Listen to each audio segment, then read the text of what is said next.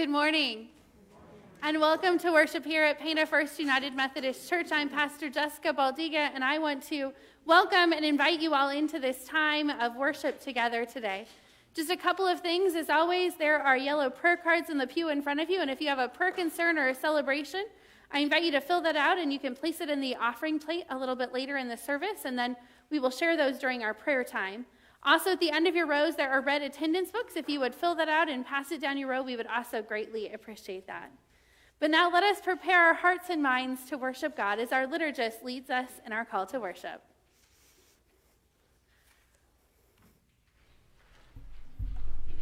Good morning. Would you please join me in the call to worship?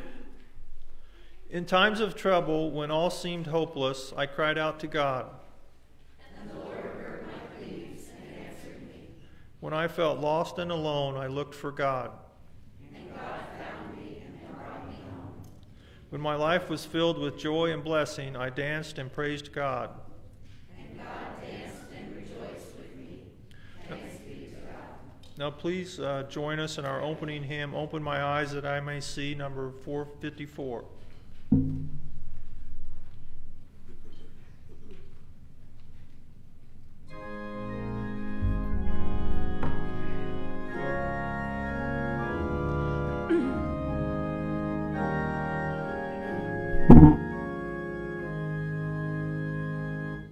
Open my eyes that I may see glimpses of truth thou hast for me. Place in my hands the wonderful key that shall unclasp and set me free. Silently now I wait for thee. Ready, my God, thy will to see. Open my eyes, illumine me. Spirit divine.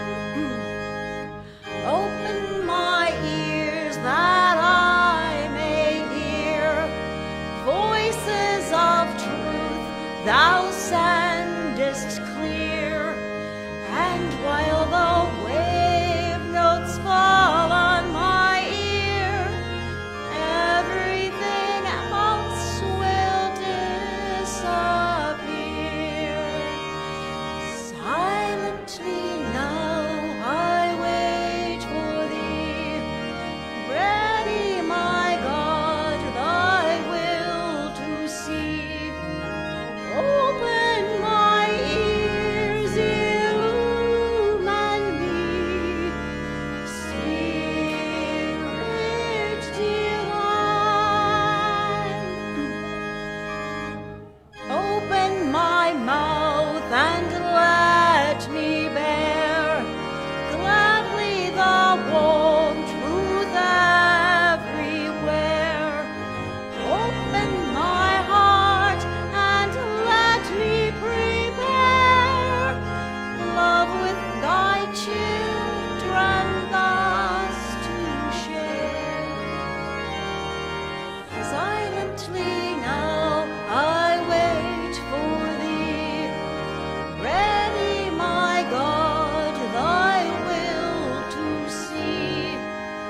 Open my heart, illumine me. Spirit divine. You may be seated.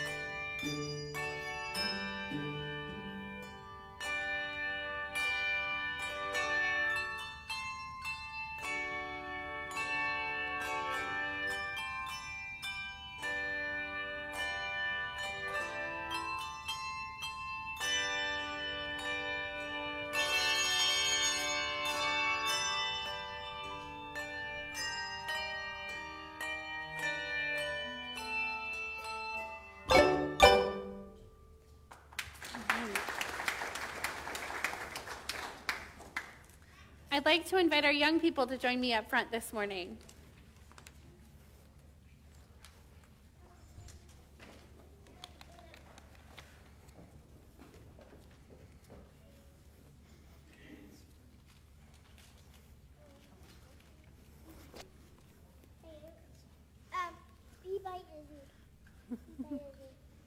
There you go. There's Logan. Can you skip back just a tiny bit?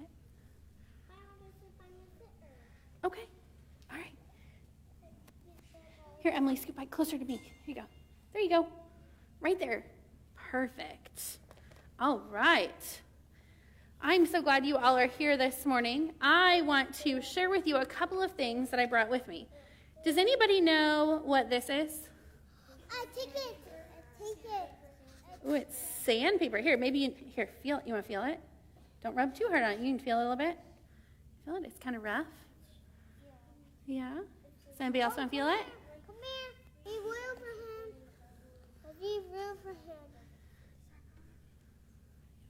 Make room for that boy.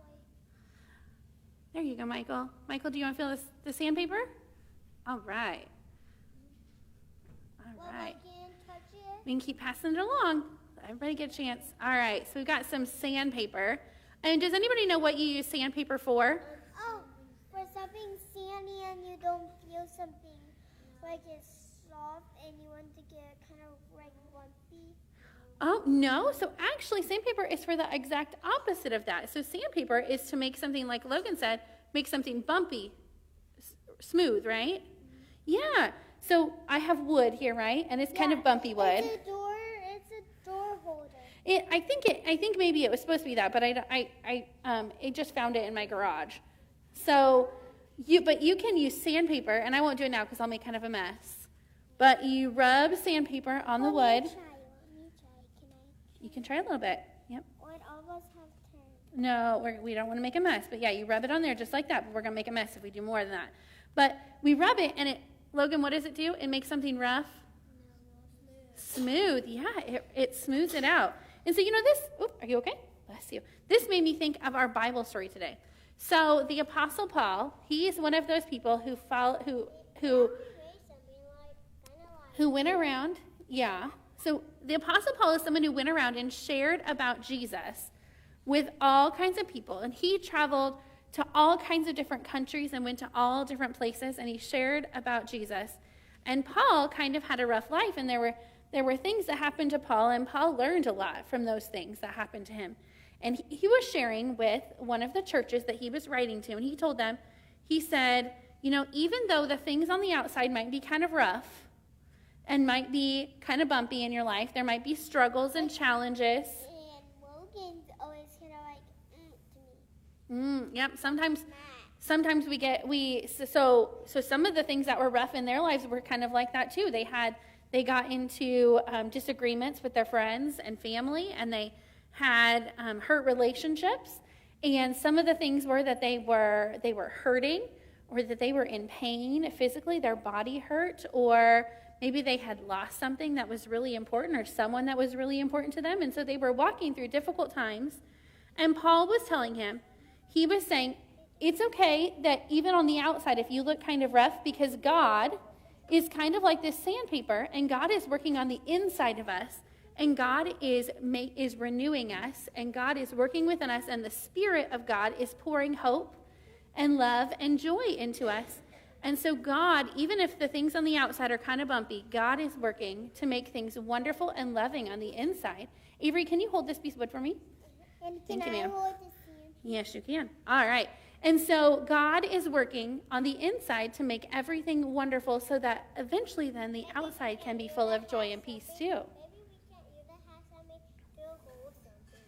Yep, you could drill a hole in that piece of wood, yeah, but what we're talking about today is making it smooth with sandpaper, and we're not going to smooth it out today, but we're just going to talk about it, yeah. You know, so Mama, we go to the chicken and we go to eat and we do some games. Yeah, for junior youth group, and we get to have that later today. Yeah, that's one of those places where God works on our insides too, and God helps us to learn about Jesus and to grow in our love and our joy. Yeah, that happens at church. It happens at junior youth group.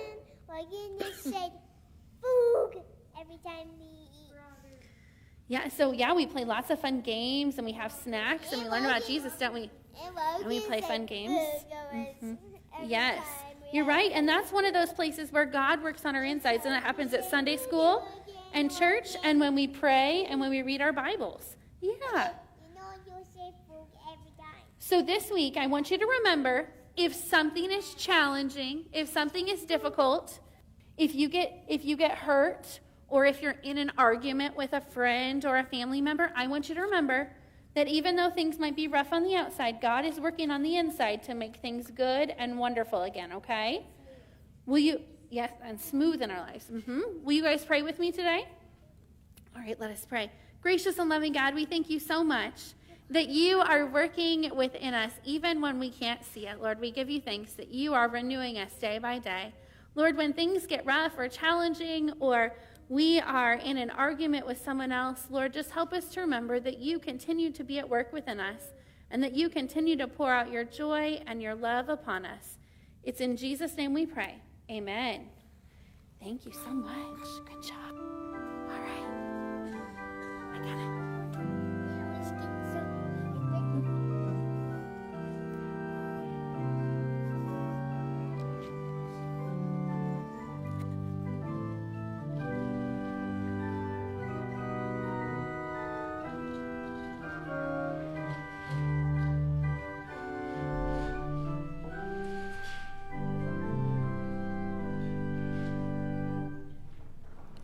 Would you please join me in the breakthrough prayer? God of goodness and love, thank you for your steadfast presence. As you abide in us, may we abide in you and remain rooted and grounded in your love. Send your powerful Spirit to break into our lives, to open new doors and possibilities before us. As Jesus turned things upside down with his love, let your Spirit turn everything upside down and lead us in the footsteps of Jesus. Give us courage to listen, strength to follow, patience to focus on you. May your powerful Spirit work within us to accomplish more than we could ever ask or imagine. Thank you. Today's scripture reading is from 2 Corinthians 4:13 and 5:1.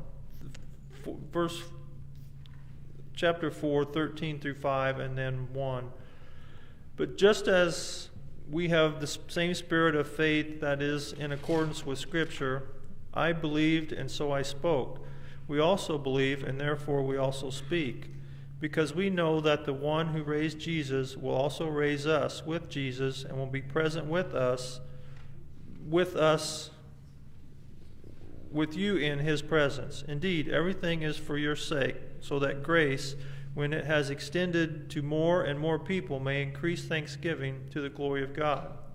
So we do not lose heart. Even though our outer nature is wasting away, our inner nature is being renewed day by day. For our slight momentary afflictions is producing for us an eternal weight of glory beyond all measure, because we look not at what can be seen, but what cannot be seen. For what can be seen is temporary, but what cannot be seen is eternal. For we know that if the earthly tent we lived in is destroyed, we have a building from God, a house not made with hands, eternal in the heavens. Bless the reading of God's word. Will you pray with me? Gracious and loving God, let these words be your words. Speak through me and speak for me. Open our ears, our eyes, our hearts and minds to the Holy Spirit, who is here in this place and who is present with us always. It is in Jesus' name we pray. Amen. Whenever someone is going through a difficult time, whether it's that they've experienced loss or they're suffering from an illness or life has just been extra hard for them in this time, it can be hard for us to know what exactly to say to them, to offer them some peace or comfort or some sort of way to help them in the midst of what they're going through. And so often we hear or we say those same kinds of platitudes over and over again because we don't know what else to say, and so those are the things that we share with others. Sometimes we hear those words, everything will be okay, or just hang in there, it'll get better soon, or God's got a plan because everything happens for a reason, or smile because it's not that bad. And I'm sure that there are some instances where these phrases, these platitudes can be helpful for people. But I've learned as I've grown older, as I've talked to others who have walked through difficult times, that sometimes these phrases come across as unhelpful, that they don't really show empathy or care, and in some cases they can even cause more harm than good. So often we don't know what to say, and so we rely on those oft-spoken platitudes because we don't understand what the other person that we're trying to comfort is going through. We haven't experienced what they are experiencing. We haven't walked where they are walking, and we don't know what they're feeling or thinking. You can always tell when someone has walked where you are walking, or someone has had a similar experience to you, because when they come and try to comfort and offer peace to you, their words and their actions are filled with empathy and care, and they often speak to the reality of what you're walking through. As theologian J. Paul Sampley points out, he says, we tend to glorify biblical characters, and we paint them in colors that are different than our experiences and our lives. We surmise that they don't suffer, that they have no doubt, and that they don't struggle like we do. But we do ourselves this great disservice when we paint the pictures of our ancestors of our faith, especially the Apostle Paul, in this way. When we raise them up on a higher platform and say that they are not at all like us. Paul, as you might recall, was once a man named Saul. He was a Jewish man from Tarsus who spent most of his time and energy persecuting Christians, persecuting those who followed Jesus. He was known for capturing people and throwing them in prison, or worse yet, having them put to death. He despised the mission of those who followed Jesus, and he wanted to stop it in its tracks. He didn't want their mission to get out any further. That is, until one day on the road to Damascus, Saul met Jesus in the form of this great light that came down from the sky, and the voice of Jesus talking to him blinded him temporarily. And we know the story. Saul then became Paul and joined the disciples in sharing the good news of Jesus. And he shared that good news with Jews and Gentiles alike. But even though Paul had found Jesus, he didn't have an easy journey. He didn't have an easy life from that point on. Just like the Christians that he had been persecuting, he, as a Christian himself, faced great persecution. As he wrote letters to churches, he would talk about the beatings that he endured, how his back would be covered in cuts from those beatings, and he often talked about being in prison. He experienced periods of devastating hunger and thirst. He endured terrible cold and extreme fatigue. He survived on his journeys 3 different shipwrecks, and he suffered from what Paul referred to as his thorn in the flesh. Some believe that this was some sort of physical ailment like macular degeneration or a disease like malaria or leprosy.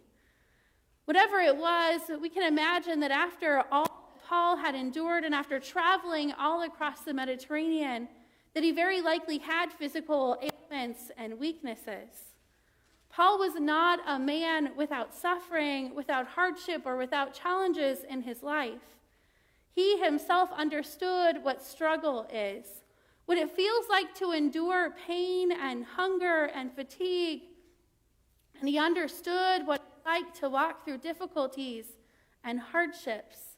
So when Paul writes this letter to the Corinthians about losing heart as they are experiencing pain and suffering in their physical bodies, as he tells them not to lose heart, not to get down, even as their physical bodies are suffering. His words are not empty platitudes, but they come from his own experience.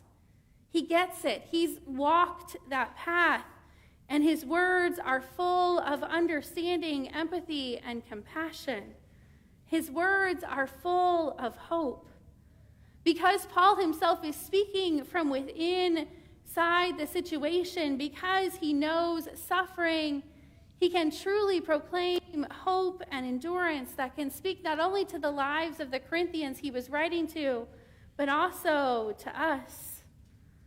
Amidst Paul's suffering and hardship, he writes this statement to the Corinthians that sort of sums up the entirety of the good news of the gospel. He says, because we know that the one who raised Jesus will also raise us with Jesus. See, the good news of the gospel is that we are not left alone. God is always with us, and God will raise us just as God did Jesus. Whatever suffering, persecution, pain, or hardship, whatever challenge or difficulty we may experience, they are not the end of our story, just like they weren't the end of the story for Jesus. God is with us even in our hardships, even when we don't see it. Even when we feel like we've lost heart, when we're in a deep state of despair, God is with us.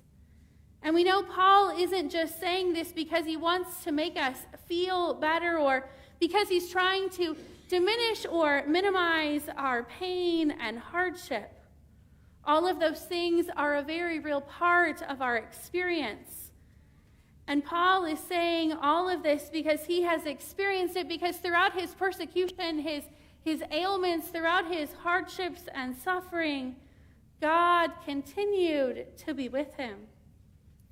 I imagine the picture of Paul, if there were an artist in that day who had painted this picture, a portrait of Paul, that it would have been quite the portrait to see.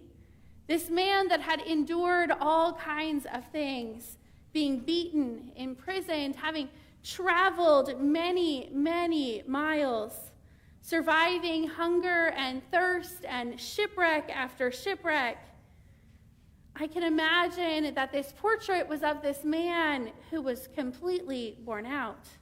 I imagine his body was scarred and bruised, and that he was in a weakened state. He probably walked more feebly than he did at the beginning of his ministry, and I imagine that he likely had these dark circles under his eyes, one of those people who just looks tired all of the time. I imagine that this was what Paul was looking like on the outside, and so when he writes about the outer nature wasting away, he uses the pronoun our, not your, but our outer nature wasting away, because he was experiencing that in his own physical body. He experienced that withering and weakening of the body.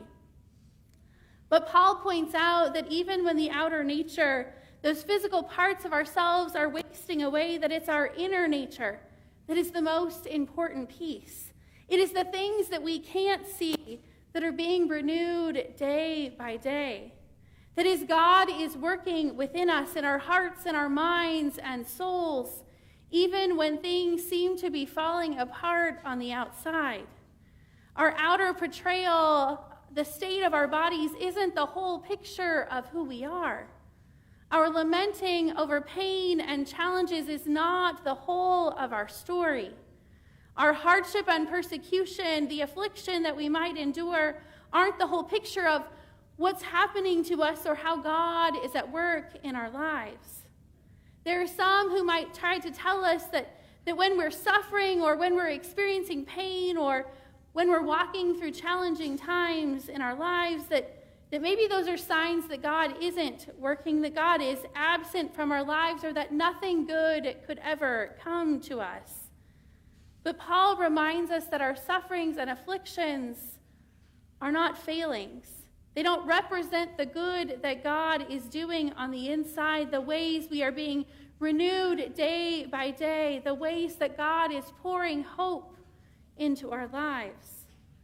The Spirit of God is working within us to produce its fruits of love and joy and peace and kindness. Even as they are a real part of us, our sufferings and hardships don't make us less than. And we cannot let our afflictions or pain define us, but rather what's most important, those things on the inside, the ways that the Spirit is at work within us, the ways that God is renewing us. Those are the things that make us who we are. Paul reminds the Corinthians not to look at what can be seen, but at what cannot be seen. Because what can be seen is only temporary, but what cannot be seen is eternal. Again, Paul is saying that appearances are misleading. This time, not only because they do not represent what is on the inside and the ways God is working, but also because they don't last. The things that are unseen, the ways that God is renewing us, the hope that God is providing, and the life with God here on earth and in heaven, that is not temporary, that is eternal. Our hope is found in that eternal peace, not in what is here on earth or what is of the flesh. Those things don't last, and they cannot give us what God can give us. When Paul talks about our earthly tent being destroyed but having a building from God that is eternal in the heavens, he is talking about how we have more complete living with and in God. When we struggle or we endure pain, when we face challenges and adversity, those feelings, that pain and that suffering, they are real. Paul's reminder of the hope that we have from God isn't about diminishing those things that we endure, but it's about remembering that amidst our lamenting and our suffering, that we can have hope. Paul is reminding us that we are in this for the long game, that suffering and hardship, while they are a part of following Jesus, while it means that life won't always be easy, it means that God is with us. That God is always working to renew us. That our reward isn't of this world, but is something eternal in the heavens. I wonder, as John Newton penned the 5th verse of the hymn Amazing Grace, if he had the words of Paul in mind. He writes, "Yea, when this flesh and heart shall fail, and mortal life shall cease, I shall possess within the veil a life of joy and peace." His words echo Paul's words. His words proclaim the good news of Jesus Christ, that even when our bodies fail, even when they wither away, we can have hope, because we will be raised to life like Jesus, to a life of joy and peace. Throughout this series, we've been talking all about the various ways that Amazing Grace has been a song of faith and hope for so many people. As John Newton penned those words to Amazing Grace that tell his own story, For him, they were an expression of the hope that he received from God. And this hymn has become important to many throughout history, to early abolitionists, to our American slaves, to the Cherokee Nation as they walked the Trail of Tears, to civil rights leaders, and even a source of comfort in the aftermath of the deadly shooting at Mother Emanuel AME Church, when President Barack Obama sang those words during his eulogy. In its 250-year existence, Amazing Grace has been a source of hope and comfort for people of all walks of life, for the least among us to those who were given the greatest honor. This hymn has been a source of strength. Journalist Chloe Veltman writes that perhaps more than any other popular song in American culture, Amazing Grace has become a source of strength and solace for many of our country's presidents all across the political spectrum in times where they experienced struggle and hardship. It played on the bagpipes at Ronald Reagan's funeral, and Jimmy Carter, Bill Clinton, and George W. Bush all have called this hymn one of their favorites. Friends, I think this has become such a favorite hymn and a source of hope and strength and solace for the least among us to those who hold the highest office in our country, because it speaks to the truth of God's amazing grace. Paul writes about that grace. He says, "Indeed, everything is for your sake, so that grace, when it is extended to more and more people, may increase thanksgiving to the glory of God." All of this is by the grace of God. It is grace that gives us hope that we are not alone. It is the grace of God that is working within us to do more than we could ever imagine or realize. And it is grace that gives us confidence in knowing that what is here on earth is only temporary, but what is being made for us in heaven is eternal. It is God's amazing grace that allows us to be raised like Jesus. Friends, we didn't do anything to earn it, and we certainly never did anything to deserve it. And yet, in God's grace, we know that our pain and our suffering, our afflictions and hardships are not the whole story. That God is renewing and rewriting our stories day by day. So, friends, God invites us to live into his amazing grace so that we can find and know hope, but also so that we can live into the grace of God and share it with one another, so that God's Spirit can move within us as God renews us, and that grace can, as Paul reminds us, extend to more and more people, and we can all give glory to God. Let us pray. God of amazing grace, even when we can't see it, even when all hope seems lost, you never stop working in our lives. You never abandon us. Life is full of challenges and difficulties that you, God, didn't cause, but that you also do not ignore. The scriptures tell us that you work for good for all of those who love and follow you. And so, God, we ask that you would pour your grace upon us once more, that you would work in our hearts, that you would send your Holy Spirit to move within us and among us. Renew us day by day so that we can be people of hope who extend your grace and love to one another. Oh God, as we live into your amazing grace, may all glory and honor be to you, O God. Amen. We are inspired by a generous God, and we are inspired to give by the greatest of givers. And so, in gratitude to God, let us present our tithes and offerings to God as our ushers come forward for this morning's offering.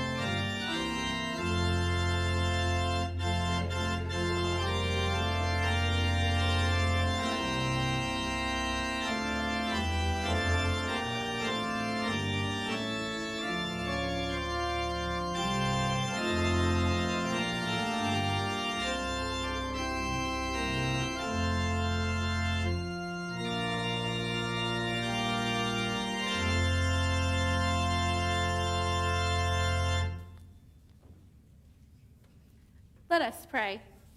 Holy God, we ask that you would bless these gifts for your good use. May the tokens of our gratitude be of service in blessing the poor, feeding the hungry, clothing and sheltering those struggling to survive. Gracious God, use these gifts to extend your grace to all of those around us and to further Christ's mission and ministry in our hurting world. Amen. You may be seated. I have two prayer celebrations to share with you. Today is Jim and Joyce Morgan's 58th wedding anniversary, and so we give thanks for that. And tomorrow is Larry and Sue Edie's 57th wedding anniversary, so we give thanks for that as well. What a wonderful celebration. Well, let us keep these celebrations before us and other prayers that are on our hearts as we come before God and join in our congregational prayer. It's a responsive prayer this morning. When our hearts are grieving, crying out in distress, when our spirits are wandering, lost and afraid, when our days seem filled with anger and hopelessness, when we don't think we have anything to offer to God,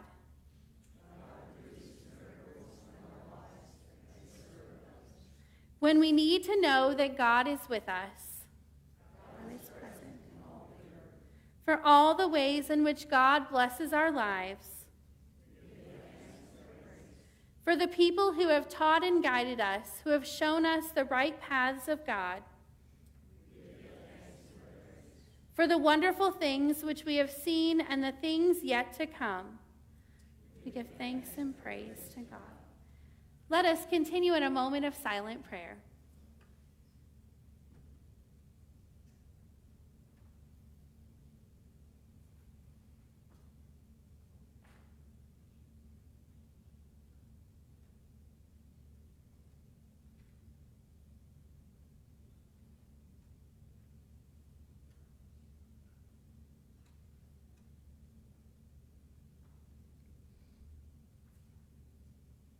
Let us pray together the prayer that Jesus taught us. Our Father, who art in heaven, hallowed be thy name.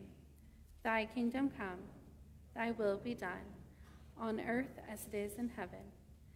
Give us this day our daily bread, and forgive us our trespasses, as we forgive those who trespass against us. Lead us not into temptation, but deliver us from evil.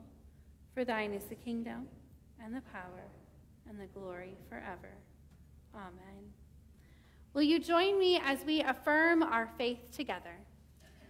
We trust in Jesus Christ, fully human, fully God. Jesus proclaimed the reign of God, preaching good news to the poor and release to the captives, teaching by word and deed and blessing the children, healing the sick, and binding up the brokenhearted, eating with outcasts, forgiving sinners, and calling all to repent and believe the gospel.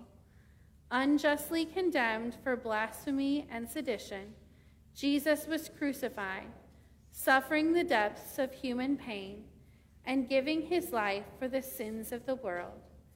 God raised this Jesus from the dead, vindicating his sinless life, breaking the power of sin and evil, delivering us from death to life eternal. In every time and place, we rejoice that nothing in life or in death can separate us from the love of God in Christ Jesus our Lord. Amen. Will you stand as you are able and join us in singing our closing hymn, My Hope is Built, verses 1, 2, and 4.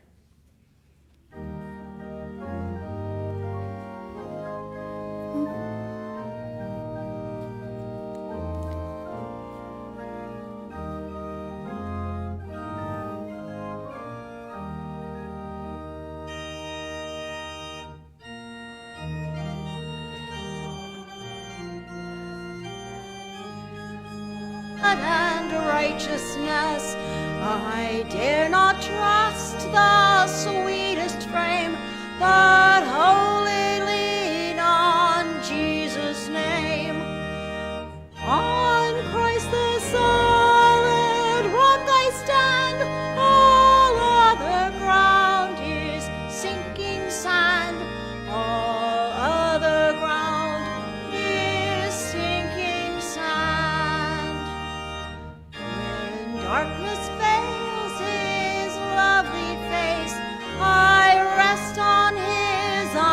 unchanging grace.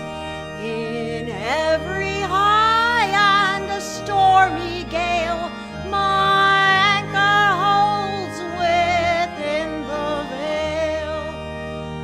On Christ the solid rock I stand, all other ground is sinking sand.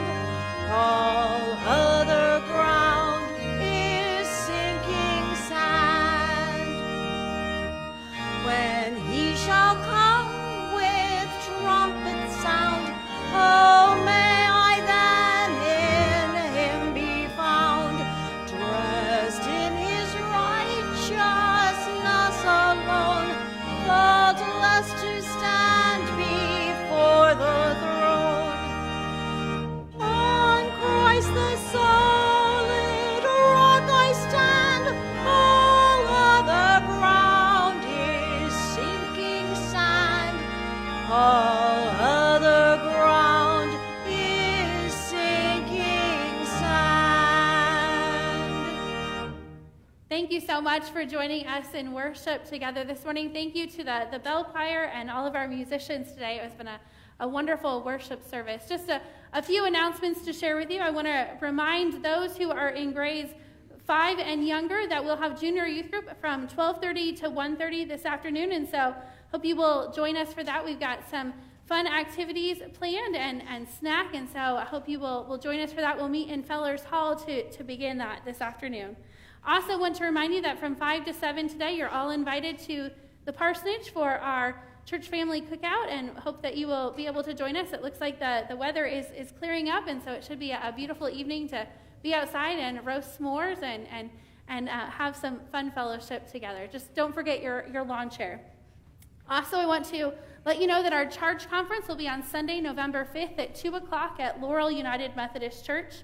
Our Charge Conference is the annual meeting with the district superintendent where we approve our church budget and our slate of officers and committees and other important paperwork for the year. So you are welcome and invited to attend that and to be a part of that time of not only doing the business of the church, but fellowshipping and worshiping with others from around our district. But now as we prepare to go forth from this place, let us go forth in the light and the beauty of God's amazing grace. And let us share that grace with one another so that it may be extended from person to person so that we can all together give glory to God. Let us go forth in peace. Amen.